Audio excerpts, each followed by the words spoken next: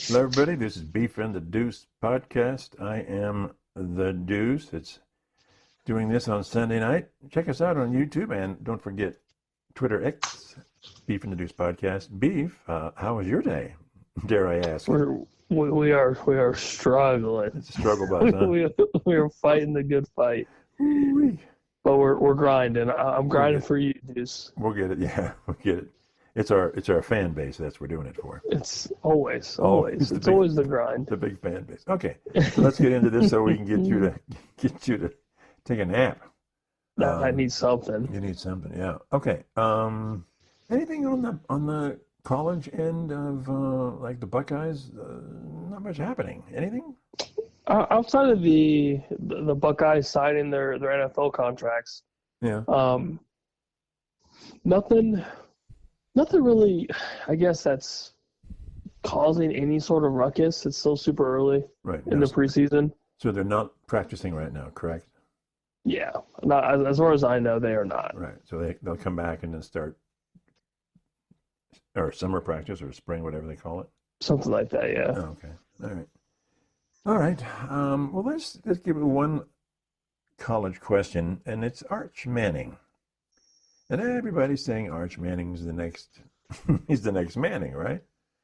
But Something like that. But if he couldn't beat out yours last year at Texas, is he all that? Because where did yours go in the draft? It's not great. Not great. Not ideal. Not, at least not for him and the money he could have made. So are you thinking that they were just going to give it to yours no matter what, and Arch was going to sit, or how are you taking this? Or am I just making up a question to be making up a question? Yeah. It's interesting because as any college football fan could see, the hype around Archie was real, and who knows how it will be this year. But I wonder if it was more of Ewers did enough to not lose his spot. Okay. I want to say that's maybe possibly the close to the right answer. But then again, there's a lot of teams that kind of fall in to that like hype train, if you will. Right. So I don't know. I feel like Quinn definitely did enough to at least look at the coaching staff and be like, you know what, it's fine. Like this team is running fine. They're not really losing a step, if you will. Right. And they made the playoffs. They made the Final Four. They made the CFP. Yeah. Damn near made it past Ohio State. But yeah, I feel like there's always going to be, I guess, during the Quinn Ewers kind of Arch Manning, I mean, the 1A, 1B, however you want to consider it, there's always that unknown of, what if? What if Arch started last year? Would they have beat Ohio State? Would they have won the national championship? Because you've only seen a small sample size of Archie Manning in college. Right. So it's kind of right. Yeah, you can kind of assume maybe he would have been better, but you never truly know. But yeah, I feel like Quinn did enough to kind of keep his gig, and Arch Manning was just a lot closer than a lot of people thought. Okay. And it also here talks that he might not come out after this season. He might go for his final year, or maybe his junior. He's going into his sophomore year now? I believe so, yes. All right. So I think that the Mannings will just say, no, stay one more year because you don't need to get out. Well, yeah, and you make more money in college, so there's no rush. Oh, yeah, he's going to make a fortune. Yeah. And he's got some wealthy relatives. Okay. Let's talk the Pittsburgh Steelers and Shedeur Sanders. Because people are saying, why didn't the Steelers pick up Sanders at 21? Because they had the 21st pick, I believe, right? In the draft. Yes. And yes. From what I'm hearing, the Steelers had no use for this guy. He wasn't on their top 50 chart. When he came in to interview, he was pretty much telling them that he's going to interview them. And they were like, no, here's some questions for you. And they asked him some quarterback type questions that you would ask a quarterback. And apparently he had no answers for them. He had no idea how to answer these quarterback questions that they would give to any, potential draft pick. So the Steelers just said, adios, don't need you. So that seems to be a common thread, even with the Giants. They sort of did the same thing with the Giants. And they're like, we don't need you. We just don't need you. Don't want you. Even if we need you, we don't want you. Mm-hmm. So I think he was really not served well. He didn't have an agent. That could have helped, I think, if he had an agent. Because they could have said, here's try doing it this way instead of that way. Yeah, shut the hell up and do it the way that you're supposed to do it. Right. And was he not served by, and it's not Dion's fault because he is a loving father, but no one's going to tell Dion at this point what Dion doesn't want to hear about his boy, right? Yeah. Who's going to come up to say he's talented, but there's some questions? No one. Yeah, nobody's going to challenge him. No one's going to challenge him because he's Deion Sanders. Because he's a legendary performer. He's an ultimate athlete, and he's Hall of Fame football player. He's worked in the media with everybody, every network. Then he knows everybody, and everybody likes him, which is normal. So I think he just got the wrong message and screwed up. Although I still think it's a fine move for him in Cleveland. I still think he can play this year. But what do you think? I want to say, at least I'm hoping, that he was humbled enough through the draft process to realize that just because you're big dog on campus in Boulder, Colorado, right, and at Jackson State, at the end of the day, you are so small to all of these GMs, right? These billionaire franchises. These owners don't want them. Yeah, they don't care about you. They will respect your father because of who he is. Right. You haven't played a snap of professional football. You are, if you're coming off with this kind of cocky, arrogant, I know this, but you don't sort of attitude, why would they invest in you? Yeah. Why take the bother? They don't need the hassle. They just think we don't need this hassle. Yeah, at the end of the day, like the only person that can fire the owner of the team typically is the owner. Right. Right. Owner's not going to get fired. Yeah. So unless the owner feels like firing themselves, or the GM just truly, truly, truly messes up, like they're going nowhere. And the risk reward with taking Sugar number whatever in the first round was a very high risk. Especially if the basic interview process went that bad. Yeah. Yeah. And you're telling me you want me to invest $30-something million into you? Yeah. Get bent, man. Right. So at least, like you said, with Cleveland, you got him for nothing. Yeah, and it's a good value. I think it could be good, and it's great value for the fact that he was a number 2 overall player ranked. In the draft. Yeah, and he lost my train of thought there. Lost that one. But yeah, I need a nap. So anyway, I'll think of it later when we're talking about something else. Okay, let's talk about the Steelers. We're on the Steelers here today. The Steelers and this Pickens trade to your boys. I'm hearing a lot of, and I think I mentioned to you earlier, Pickens doesn't run good routes. He doesn't complete his routes, and he drops some balls occasionally.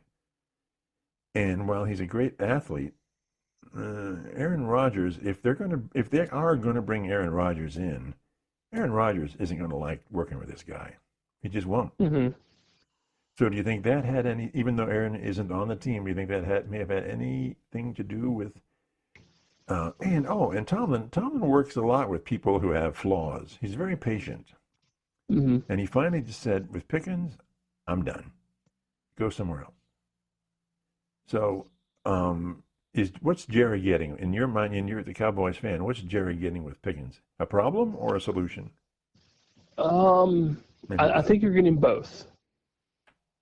I kind of think you're getting both in the sense that you fill a void of needing a receiver too. Right. Which Pickens is if you're looking at Pickens the player, mm-hmm. not anything else, he is a solid number 2 receiver. Breakaway speed, good at the deep routes. But doesn't run good routes. Yeah, if he's good at just running straight. Hey, you, run. Right. So he's fast. He's at breakaway speed. And he's young. So if he does somehow pan out, you have longevity in the sense that if you want to pay him, he's still going to be in his prime. But they have to pay him next year. This is the last year of his contract. Yes, which is where that's kind of the problem could be. Is I think the Steelers, the majority of the reason why Pickens got released is they just paid DK Metcalf $150 million. Mm-hmm. That's obviously a ton of money. Right. They're going to have to invest in TJ Watt probably. Mm-hmm. They want to keep him. That's going to be even more money. There's no way they're going to be able to afford Pickens, and Pickens is going to want big boy money. Mm-hmm. In the long run, the Steelers save money. But his production is not big boy money. It's not. It's. I think they did the comparison from like 2023 to now. I think CeeDee Lamb has over 900 receiving yards more than Pickens, so almost a season's worth of receiving yards. Yeah. Now, obviously, that's maybe sort of kind of a unfair comparison because CeeDee Lamb is one of the best receivers in the league right now. But is Pickens truly an elite receiver? I don't think he's not elite. No, I would not say elite. I would say this doesn't sound like a cop-out answer. He's good when he wants to be. Right. Well, yeah. Yeah. When he's not a head case or trying to fight DBs with their helmets on and, kind of acting a fool. But I think a new setting, obviously a premier franchise, regardless of win-loss record, the Dallas Cowboys are the Dallas Cowboys. Mm-hmm. You're going to play 4 o'clock, 4:25 Fox like every damn week. Mm-hmm. So that, and then Dallas isn't, like, I feel like, and this is coming from Pickens, his little quote-unquote, I'm paraphrasing, but he said that Pittsburgh's basically cheap. They weren't going to pay him, and that's why they released him. Mm-hmm. Which, if that's the case, then if I'm the Steelers, you just saved a ton of money. Yeah. But he's not worth the contract that he's looking for. Right. And if you're Dallas, to kind of wrap it all up, you have a 1-year prove it. Say if he does end up being a solid number 2, you can give him like a 2 or 3 year prove it again deal. Mm-hmm. And if he doesn't take it, then you don't lose anything. You just draft a receiver. Right. Or you just sign a veteran, or you do whatever. But at least you kind of have an idea of, okay, maybe Pickens is worth it, or this is kind of a one and done. Okay. Now, doesn't it so they save money either way, but yeah, it also seems like Jerry tends to like this type of scenario. This rebel, this wounded duck. He likes to bring them in and reform them, maybe, or I don't know. He tries to. He tries to. Well, that's what he likes to do, right? And it's going to put butts in the seat. Mm-hmm. It's going to put butts on their couch watching Dallas in prime time. Mm-hmm. And it makes Dallas kind of sort of relevant right now because the NFC East is insane. You've got returning, defending Super Bowl champions. Yeah. You've got the Commanders who made it to the NFC Finals or NFC Championship game. Mm-hmm. Dallas hasn't done anything worth a damn since '95. Well, they've won a lot of games in the regular season. Trash. Well, what have you done for me lately? That's what I say. Okay, but let's just segue a little bit over to the New York Giants. They're screwed. Aside from their own talent, that division's pretty strong. Even Yes. if Dallas is not up to snuff or whatever, they still win a lot of games. I So, think they had a good draft, though. I think that helps.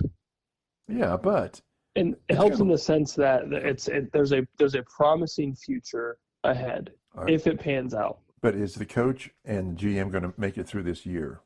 If they don't, they at least have a winning record. I don't believe they're going to have a winning record, but I think Brian Dable Mm. granted himself at least 2 years. How? What did he do? What did he do? So my guess is this Jackson Dart draft pick was GM and Brian Dable. Mm-hmm. That was them kind of head on head, like, hey, this is who we want. This is our guy for the future. Mm-hmm. But now, so you obviously get Abdul Carter. mm-hmm. That's going to be more than likely the face of your franchise with Malik Neighbors. Yeah. Which is solid. Mm-hmm. You trade back into the first round, you get Jackson Dart, which you're hoping is your premier future quarterback, which from the sounds of the rookie OTAs or whatever, he's looking really good. Mm-hmm. Him and Scatabo are looking solid. So your first, couple draft picks are relatively big names from the college game. But they're not expecting him to start this year, are they? Really? It's possible. I mean, who knows about Russ? Yeah. Russ is definitely going to be your day one. Yeah. But then again, we saw what happened in Pittsburgh, and Russ became just dried up, turd in your backyard Russ. It was pitiful. It was pitiful football. Mm-hmm. And now you're paying this guy $20-something million, mostly guaranteed, to a arguably worse team. Yeah. Yeah. Very arguably a worse team. And your backup is either seal and lobster legs, crab legs, Winston, or Jackson Dart. Mm-hmm. And my money's going to be probably on Jackson Dart. Yeah. Yeah. So, who knows? And if I'm Malik Neighbors, your star receiver, and you've got Scatabo behind you, the offense isn't going to be humming with Russ under center. It's just not. But I think Jackson Dart has enough to gain in the sense that nobody's expecting this team to do anything worth a damn. right. But we're So talking. if Russ sucks, Jackson Dart has every opportunity in the world to kind of prove himself early. Yeah. But you're talking offense. The Giants' defense really, really sucks. Oh, it blows. It's terrible. They are. Mm-hmm. I don't know if they're the worst, but they might be the worst in the league. I don't know. Dallas's defense was pretty damn bad last year. Yeah. It was pretty bad. But the amount of points that the Giants gave up was It's atrocious. pretty crazy. It's especially through the air and on the ground. It's all over the place. It's bad. Yeah. So isn't that? See, that's why I'm saying when you're that bad on both sides of the ball, ouch! It's you can't draft enough, can you? Really, to make it? Yeah, I mean, at least their front four, maybe front seven is looking okay. It's a lot better than what it was last year. You have Thibodeau, you've got Abdul Carter now. Mm-hmm. I'm not entirely sure if they signed Isaiah Simmons or if he went away. He may have gone away. So the linebacker core might be a little questionable. But at least front four, you've got pass rushers. You've got pressure on the outside, which will help. This will help your secondary. This will help everybody. But yeah, the secondary is atrocious. They couldn't stop a nosebleed. Yeah. So it's still going to be frustrating, at least on the defensive side, but you at least have some sort of offense to possibly help that issue with putting up some points and maybe making these blowouts not blowouts, if that's anything positive. Right. I mean, obviously, when offensive that bad, the defense is spending a lot of time on the field, and after a while, it just doesn't work. Yeah, you can't be on the field forever. It just doesn't, like you said, it doesn't work. It's not a solid equation to come out with a win. But yeah, I mean, the Giants are just screwed. That division is just so strong. right, and that's what I say. When you look at the three teams that are in their division, that defense could still be on the field for a very long time. For Yep, especially when you play interconference, it's going to be your interdivision. Yeah, I mean, you're playing the Super Bowl champs, and then the Commanders are hot, and you know, Dak will be back, right? So yeah. well, they'll win some games here. We'll see. All right. Whew. Maybe we'll sign Nick Chubb. Yeah, well, let's talk about that. So the Cleveland general manager said the likelihood of Nick Chubb being with the Browns starting this season is unlikely. I think that's a terrible move, but that's what the general manager said. And he was asked, have you talked to Chubb since the draft? And he said, nope, not a word. So it's not looking good, right? Does not sound promising for you guys. So I know that your favorite guy, Rich Eisen, in all the world, had the top 5 teams that would benefit most from Nick Chubb coming to their team. And then here we go. This is his list of 5, and you can comment on them, right? Okay. Number 5, he has the Dolphins. No, I'm not. Nah. You're not liking that one? No, they got Devon Achane. I think they drafted another running back this past draft. But they don't have anybody to hit you in the mouth. Yeah, but that's not their style. Maybe they need to change their style. No, the change that the Dolphins need is to play better when it's not in warm weather. Well, that's true. Which is like half their season. Mm-hmm. And then McDaniel is just I don't know what's going on with him and that whole program. It's like they start off hot and then they cool off so fast, and it's just average. Okay, so you don't like Miami. The next one would be the Bears. Interesting choice for the Bears. I like it in the sense that you kind of get your David Montgomery-esque in the Ben Johnson offense. You'd have a Nick Chubb, DeAndre Swift sort of 1-2 punch. Yeah. That would be interesting. I don't hate that idea. And then his next on the list is Denver. Nah, Denver's got plenty. They've got plenty of backs. Okay. They drafted Harvey from Central Florida, and that dude is a monster, absolute monster. Okay. And they still have Estime. They still got, I think, McLaughlin still in their backfield. They got too many mouths to feed. Okay. I don't think the Browns would do this, but I think is Chubb a free agent now? He would be, I think. Okay. Because he thinks that the Steelers would benefit greatly from Nick Chubb, and I, of course, agree with that, but I don't want him in our division if you're going to get rid of him. Yeah, I mean, it's still a ton of mouths to feed there because you have Jaylen Warren. They signed Trey Sermon today, and they have Caleb Johnson from Iowa that they drafted. Yeah, great. So one of those two, I mean, Caleb Johnson's definitely going to be in the mix. I don't know. I mean, I think the offense-wise, like if it was before the Trey Sermon signing, I think it fit well. Mm-hmm. And I think Tomlin respects the hell out of Chubb. Mm-hmm. Especially with his style of running, it fits Pittsburgh perfect. Yeah, absolutely. Yeah, this was before that signing. So yeah. And number 1 thinks that the best team that would benefit from him is the Dallas Cowboys, which I think is bring him on. Great move. Great move. Bring him on. Bring him on. Even if he's 80%, 85% at best, I think that style of running would mix well with Blue. Rookie running back, you have a well-established running back in Nick Chubb. Javonte Williams is a bum. Miles Sanders is washed up. Mm-hmm. Not saying that Nick Chubb is going to be able to produce as much as he did before, but it's still Nick Chubb. Right. And if our offense is any better than what it was last year, there's going to be some running holes. And Nick Chubb was doing that with terrible offensive lines. Yeah, he was.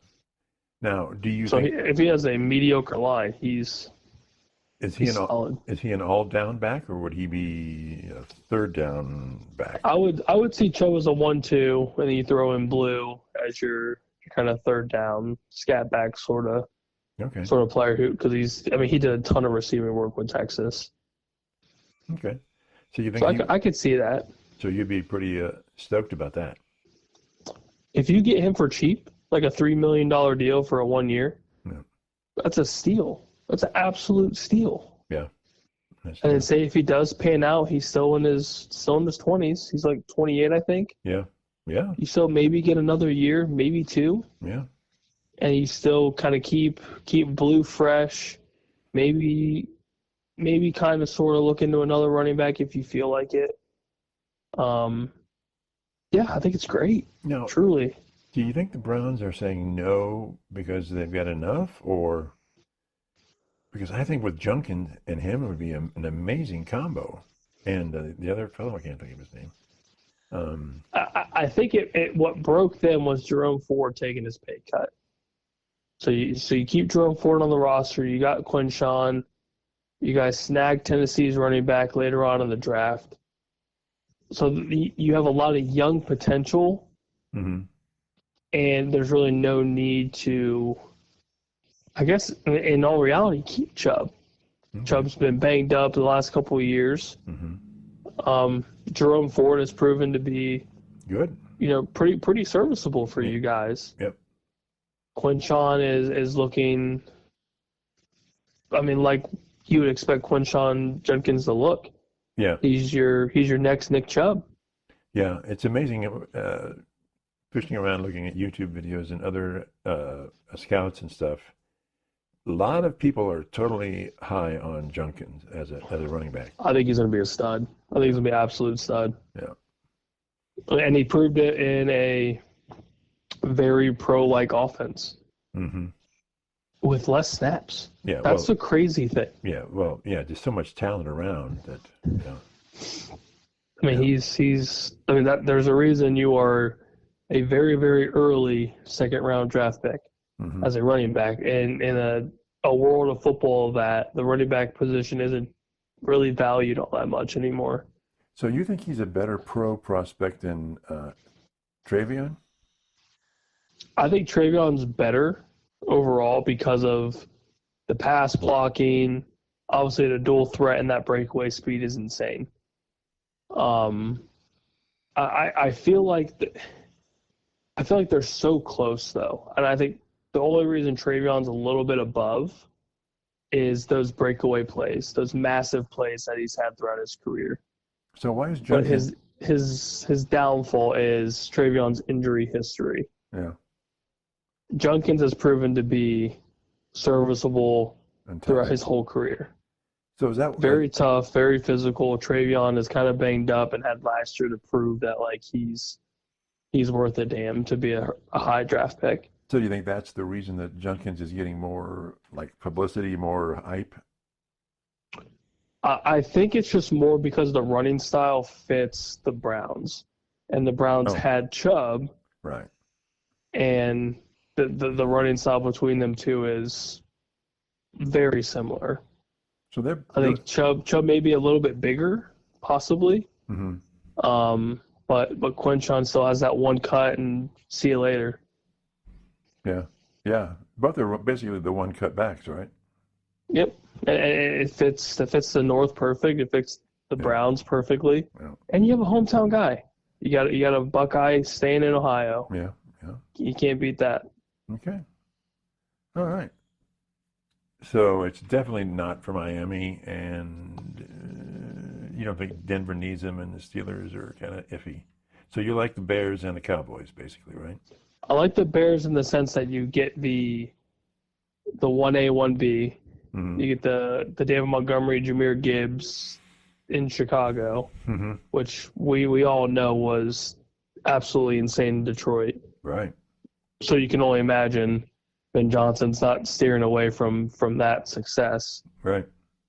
DeAndre Swift still has legs, and Nick Chubb can still give you 10 to 12 carries at 80-something %. and they'll still get you 4 to 5 yards to carry. That's all you need. So who would you say in the NFC North would be the premier running back? Let's say if Chubb goes to the Bears, who's the premier running back? I still think it's Jahmyr Gibbs. Yeah. I think Jahmyr Gibbs is absolute stud. Close second. That's tough. I mean, Josh Jacobs had a hell of a season last year. Mm-hmm. So I think he would be probably number 2 for me. Mm-hmm. Aaron Jones probably 3, and then Swift at 4. But the Bears' backfield was kind of all over the place. It seemed like a bunch of guys got some touches. DeAndre Swift would have a game or two where it was like, old school DeAndre, and then would kind of come back to reality. This year might be a little different just because Ben Johnson's now in Chicago. Mm-hmm. So I think the rushing attack and that scheme will be a lot more fluid, a lot more clean. And with the Lions, it's hard to tell how that offense is going to look because we were so used to Ben Johnson in Detroit for the last couple of years. Mm-hmm. So who knows how David Montgomery and Jahmyr Gibbs are going to operate. If it's going to be the same, is it going to be completely different? Is there going to be a premier back and then you have like a kind of like an accessory piece? Who knows? Well, how does their new quarterback change his approach then? If he was with the Lions, he had a veteran quarterback with probably different skill sets, but now he's going to the Bears. I think it stays the same. I mean, Caleb kind of showed everybody he's not bad. Right. He had a decent rookie season under a headache that is the Chicago Bears everything from both sides of the coaching staff, offense and defense. I mean, you kept DJ Moore, which is huge. You draft Luther Burden. You saw Keenan Allen. You've got weapons everywhere. You completely revamped your offensive line. Mm-hmm. I mean, what all could you ask for? Right. Ben Johnson, Caleb Williams have everything they need to start something. Now, nobody, I don't think anyone's expecting like immediate success, but I could see them battling probably maybe for the number 2 spot in the North. Maybe over Green Bay, maybe over Minnesota. Yeah, well, Minnesota, yeah. So here's a question. If we exclude or if we accept the Cincinnati Bengals for who they are, and if they're not the best offensive squad in football, who is better?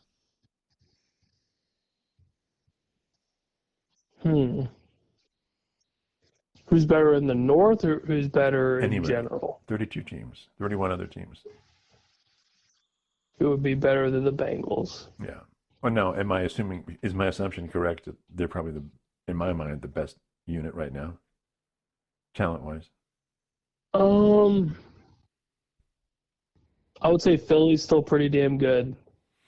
Yeah. The Commanders are pretty damn good. Oh, man, that's tough. Whew. I mean, the Chiefs are still the Chiefs. But the Bengals can just throw the points up on the board. Oh, yeah, they're in bunches. Insane fashion. Yeah. And I want to say, the reason why I bring up the Chiefs is Rice was hurt, so he was gone.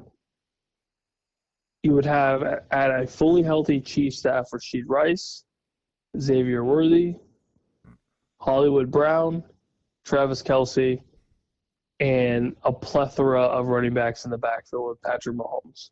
Right. And an offensive line, now that they have our main Buckeye man just holding down the fort for the front line. Right. I think the Chiefs are probably once again another dangerous season ahead. Are they better than the Bengals? I would say offensively, with a fully healthy Chiefs offense, I would say they're better. That's if they're healthy. Right, With well, Xavier yeah, Worthy, with yeah. Rashid Rice, Kelsey, all of them, I would say yes, they're better, but I would say they're better by a little bit. Like I would say it's very close. Well, then you Just seem. because you look at Burrow, you look at T. Higgins, you look at Jamar Chase, Mm-hmm. Gesicki, Chase Brown. Mm-hmm. It's insane, Yeah. truly insane. So, I think the Chiefs have the upper hand with Kelsey though. but You have Kelsey, just obviously probably one of the greatest, if not the greatest, tight end to ever play the game. That's by argument. okay. And you still have the 1v1 that is Patrick Mahomes and Joe Burrow. So, It's very, very close. but you think that the only team that really bothers the Chiefs are the Bengals, right? Yes, I think the Bengals are the Chiefs' kryptonite. And yet they have a better offense. So then, what makes them? When they're healthy, yes. Okay. Then what? Then why is there the kryptonite? Because the Bengals defense is not. It's a headache for sure. So then, is it just because of Burrow and the offense? It would be the same question with like Tom Brady and Eli Manning. Like, why is Eli Manning Tom Brady's kryptonite? It shouldn't be. Absolutely should not be, but it was for some reason. And I feel like with this argument, I think I don't know why. It's tough to explain because those games are always so damn close. Mm-hmm. So it's like it's a play here or a play there. Right. It's never like an insane blowout. So Mm-hmm. it's tough to kind of to give a straight up answer as to why it's such a thing. Mm-hmm. Outside of just being like it kind of just it is what it is. Mm-hmm. And maybe Burrow is truly the better quarterback, and Mahomes has just benefited from Everybody just an else. overall better team. Mm-hmm. Which again, you can make that argument because Burrow barely had T. Higgins, for the time that he's been there, Mm-hmm. and Jamar Chase has been probably the best receiver in the NFL right now. And Joe Burrow was doing this without an offensive line. Right. So yeah, I would say if you're going off just quarterbacks, Burrow I think is better than Mahomes. Mahomes has the hardware, Right. but I think Mahomes has the better overall team. And I think Burrow just kind of upends Mahomes just in the quarterback play alone, and that has, as of right now, kind of taken him over the top of the Mahomes-Burrow matchup. If you line them up and both drop back to pass, who's the better quarterback? I think it's Burrow. I think it's Burrow 9 times out of 10. Drop back in the pocket pass, got to be Burrow. Oh man, that's tough. Ooh, that's tough. Irrespective of the receivers, which are all great, but Yeah. to me, Burrow is just like the prototypical solid gold drop back into the pocket and kick your ass passer. Yeah, I think I'm going to have to agree. Yep. It's so close for me. It's very close. But I would say if I'm going deep ball pass, just straight down the sideline, over the top, I would probably go Burrow. No, I think Mahomes is a better scrambler. Would you agree with that? Yes, I would say scrambler, making plays with his feet. It's definitely Mahomes for sure. Flush him out of the pocket. Yeah, 10 times out of 10, that is Mahomes all day. Yeah. Okay. But yeah, Burrow is the 3 to 5 step drop, sling it, see you later. Yeah, I mean, put it on not a dime but a penny. Just on a rope, an absolute rope. I'm a little shocked that you did not include your San Francisco 49ers, your beloved. Purdy is. It's a very confusing team. Now I think the team itself will be back to where we assumed they would be last year, prior to all the injuries. But the question mark to me is, one, is Brandon Ayuk going to be healthy at the beginning of the season? Mm-hmm. If he's not, then you're banking on Jawan Jennings and Ricky Pearsall to be your 1 and 2, which isn't necessarily terrible, but they're not a healthy Brandon Ayuk, which prior to his injury, dude was balling. Him and Purdy were connected on all sorts of levels. Mm-hmm. And he gets hurt middle of the season, and the rest is history. Christian McCaffrey goes down. That team's completely different. Mm-hmm. Now, if there's a healthy CMC, there's a healthy Brandon Ayuk, then yeah, the Niners make some noise. But until that's for certain, I don't want to put any sort of money on them Niners.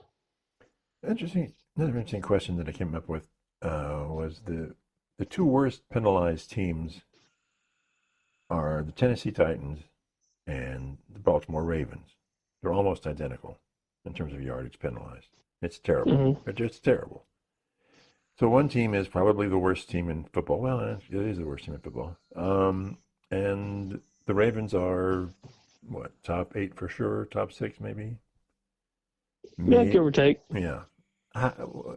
Is it just because the overall talent, they can just make up for it? They have Derrick Henry and they have everybody else and they have Lamar and they can just, they don't have to worry about all these penalties because they'll just kick your ass anyway. Yeah, they'll do whatever they need to. Right. Whether it's on the ground or if Lamar has a, through the air kind of day. Mm-hmm. Now, it seems like with Tennessee, it's like their penalties are like procedural, offside, just motion, all around bad. Yeah. Where the Ravens are like, oh, you shouldn't have done that. That was a bad thing to do. It's like, okay, that's not nice. Like so, they're gonna get penalties that are not nice, and the Tennessee is just like we're just fuck ups, right? Yeah. Yeah, basically. Basically, we're just bad. We don't know when the snap is. We don't know how to line up on the ball, and we're just bad. Will Levis is concussed from the 15 hits that he just took the play before. It's all over the place. Yeah. Okay. What do you think his future is? I truly thought they were going to give him another season to see what he had. I think he stays with Tennessee as the backup because I don't think he has any other choice. Right. And I don't think Tennessee has another choice. I don't think they signed any sort of veteran, anybody in the quarterback room. So it's Cam Ward and Will Levis, I'm pretty sure. So you think it's Cam Ward day one first game? Oh, if he's the number one overall pick, yeah, I don't think there's a way he's not. I would be very surprised. Because they have nothing left to lose. It's just, why not? Yeah, they have nothing. Tennessee has nothing to look forward to outside of having the number one pick and hopefully not messing it up. Yeah, their quarterback room is Brandon Allen, Tim Boyle, Will Levis, Cam Ward. Okay. Yeah, they've got nothing to lose. Another list someone gave was coaches and GMs on the hot seat. Now I know we talked about that a little bit a couple of times ago, but they were saying it's this guy was saying it's New York Giants, and of course you don't agree with that. Tennessee. Who was it? I didn't write this down. It was the Cardinals. Mm-hmm. And I can't think of it. One other team, but I'm like, maybe I just don't follow the Cardinals much because they're in the way out there. But what do you think about the Cardinals? As far as they have a chance, I think after this year's draft, I think. You don't think they're on the hot seat? No, I wouldn't say so. I think the end of the year pretty decent. I think the biggest issue for me and them is just the hype around Kyler Murray. I don't see it. Mm-hmm. I don't see the big hoopla with him. I think he's very average. Mm-hmm. He's going to benefit greatly by having Marvin Harrison coming in year 2, which is typically a blow-up year. Yeah. especially with his talent and, having a decent season. Everyone expected him just to go off the charts with 2,000 yards, 15 touchdowns. Like, that's just not how it works. Right. That's very rare for a rookie. So I would expect breaking 1,000, double-digit touchdowns. Mm-hmm. I think Kyler Murray just feeds him. Mm-hmm. The only question, at least for me, would be James Conner's getting older in the backfield. Mm-hmm. Do they utilize Trey Benson, or do they go more pass-heavy? Or do they continue with kind of the heavy dose of run, design quarterback draws, quarterback scrambles, whatever you want to call it. Mm-hmm. And if they do go super heavy through the air, who's their number two? Because right now you have Trey McBride as your tight end, who had a phenomenal season. You've got Marvin Harrison going into year 2, which should be fine. But who's your number 2 receiver? That would be my biggest question for them going in. And I feel like they did pretty well draft-wise overall, filling necessary needs. Okay. Getting their secondary figured out, getting their interior figured out on the defensive side. Mm-hmm. And I'm pretty sure they drafted mostly defense besides like maybe offensive line super late. Okay. So you don't think the coach? Yeah. You don't think they're on the hot seat? I would say maybe 2 years. Give them after this year, because now their defense is the holes that needed to be filled for the most part were filled. Now let's see if it works. Mm-hmm. You get Marvin Harrison in year 2. Obviously, that was a massive investment for them last year. Let's see what they get. Mm-hmm. Okay. So I would say you'd have to give at least 2 years. I mean, I'm pretty sure that was year 1 for the coaching staff overall. I'm a firm believer in at least 2 or 3, at least. Okay. You can't really change anything year 1. Well, then let's talk So about. I would say give them at least another couple of years. I remember the team, and it's the team that seems to be getting rid of coaches and general managers at a rapid pace, and that's the Colts. Oh boy. They're like, these guys they've got to do it or they're gone. They're just gone. Oh boy. And they've got a problem with a quarterback that I wouldn't wish on an enemy. You have to decide between Daniel Jones and Anthony Richardson. Right. God. Oh yeah, it's a headache. They're fortunate enough to have Tyler Warren. They're fortunate to have Jonathan Taylor, Mm-hmm. Michael Pittman, Josh Downs. They've got weapons. There's plenty of weapons. But you need somebody with a pulse to throw that ball. Yeah, and the owner pulls the trigger really fast. Really fast. Yeah, it's not looking pretty if you're a Colts fan. Just put it there. So now, the Tyler Warren draft pick was great. Yeah. It was beautiful for them. Absolutely amazing. Getting JTT for your or not JTT. Keeping JT, which is obviously solid, and then I don't believe in this possible Daniel Jones resurgence that some people are saying. Mm-hmm. I don't see it. I think it's crap. I think it's absolutely garbage. Mm-hmm. I think the Colts, you quite possibly could see the Colts go maybe 2 wins, 3 wins, depending on who that. And I think it's trash after that. So then I'm going to assume at that point then the coach and the GM are gone. They're going to bring I would hope so. new people in. So Richardson's future is not good at Indianapolis because new GMs, new coaches, they don't. Richardson isn't their guy. It shouldn't have been their guy. Well, a couple years ago. But that's typically when new people come in like that, they want their guys to play. Yes, and rightfully so. I was not on the Anthony Richardson hype when they drafted him. Mm-hmm. I thought it was way too soon. Mm-hmm. I wasn't terribly impressed with anything he did in Florida, Right. and now he's a top 5 pick. Yeah. It's too much money. Too much money for somebody that's pretty much average. I read a report saying that, statistically speaking, rookie quarterbacks that come in, if they've played 25 or more games, started and played 25 or more games in college, their success rate is astronomically better than those that haven't. It kind of makes sense. But so that's Richardson and who was the Buckeye quarterback that played for Pittsburgh and Justin Fields.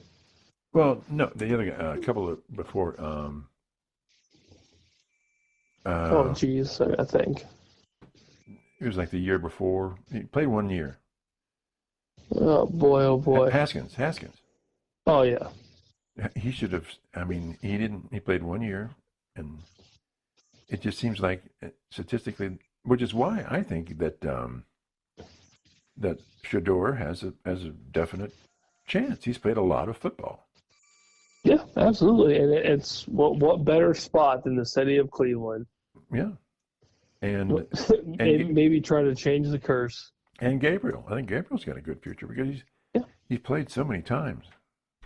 Yeah, a lot of football in that quarterback room, which is beneficial. Yeah. Hopefully. Well, we'll see what happens. Well, anything else? You're just making me excited for football. Just making me excited. That's what I do. I'm ready for it. We need to get some more Buckeye stuff going on here. Anyway. Yeah, we're getting closer. We're getting closer. Okay. We'll just start doing our teams breakdown for the Big Ten. Okay. Yeah. We'll talk to everybody later. Bye.